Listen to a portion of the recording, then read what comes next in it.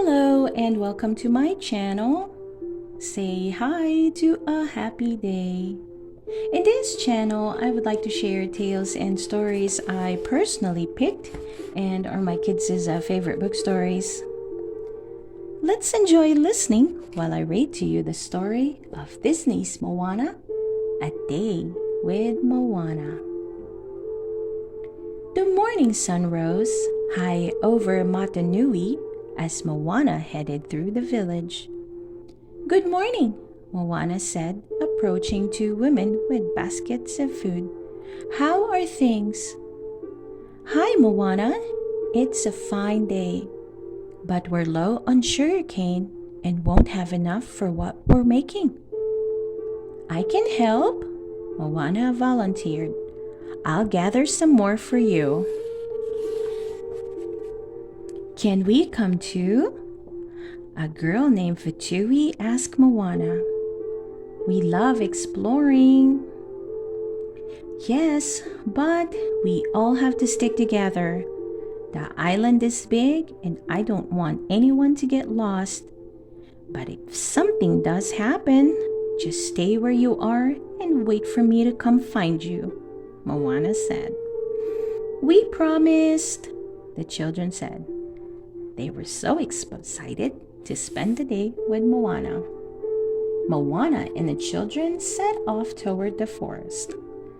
"I love sugarcane," a girl named Messina said. Moana and the children talked about how many things they used sugarcane for. "I like to just eat it by itself," a boy named Toa said.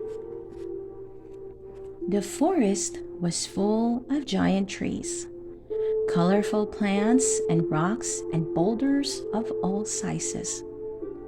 Without any clear paths to walk along, it was obvious why Moana had told them to stick together. Moana looked for visual signs to help her find her way.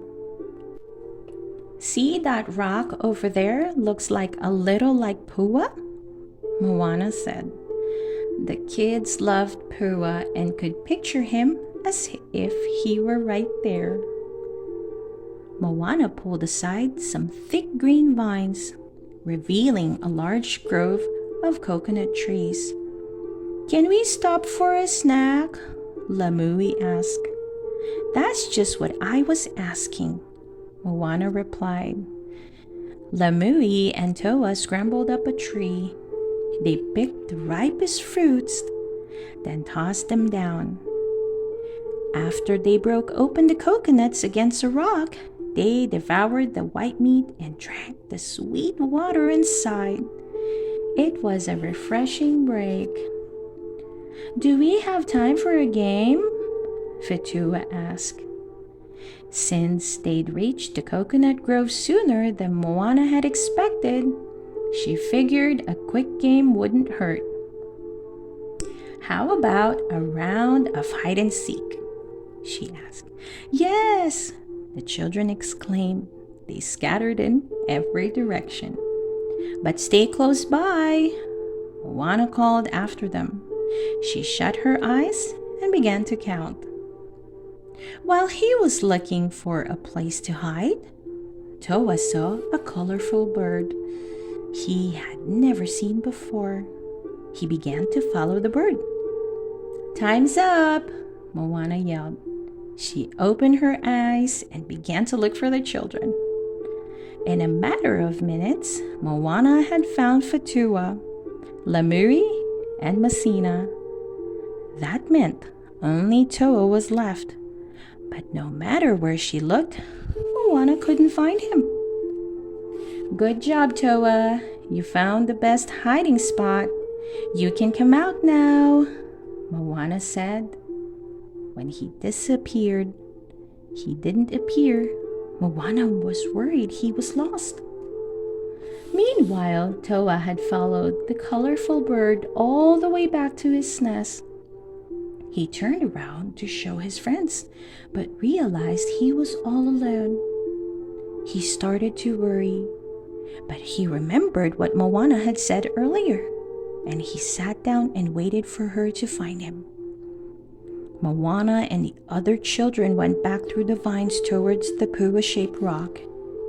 It was there that Moana noticed some bright blue feathers. "Maybe he went up this way," she said. They picked up the feathers and continued walking. Not far away, they came upon another clearing, and there was someone familiar sitting on a rock. "Toa!" Fitui cried as Moana hugged him. They were relieved to see he was safe and sound. "I'm sorry," he said. "I didn't mean to go so far. I was following that bird, and it ended up here." He pointed to a nest in a tree hollow. Moana looked up to see a bird with several baby chicks. Toa had stumbled upon a mother bird as she was returning to her family. "Well, it looks like everyone is back together," Moana said, smiling. "Look over there," directed Fatua. "That's the tallest grass I've ever seen," added Messina. Moana followed the girls and couldn't believe her eyes. Thanks to their unexpected detour, they had found a shortcut to the sugarcane field. "This is exactly what we're looking for," Moana cheered. She broke off pieces of the sugarcane stalks and passed them to the children, who arranged them in piles. After gathering as much as their arms could carry, it was time to head home. "Before we go," Moana said, "let's create a sign to mark this new shortcut." They've carved an outline of the bird into the ground with sticks.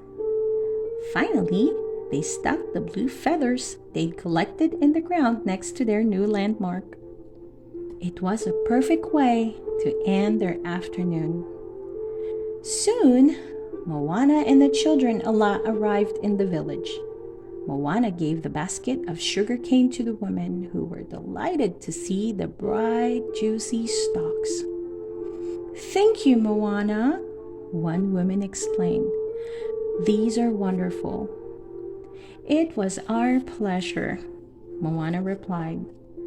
As they said goodbye, Moana gave each child a hongi, pressing her nose against theirs. "When I grow up, I want to be just like you," Toa said. Moana was touched. As Grandma Tala says, "You can be whatever your heart tells you." Moana smiles all the way home. Her heart felt as full as the basket of sugarcane. The end. I hope you enjoy listening to the story of Disney's Moana, A Day with Moana. Please don't forget to hit that like button and subscribe to listen to more of our favorite book stories. See you soon!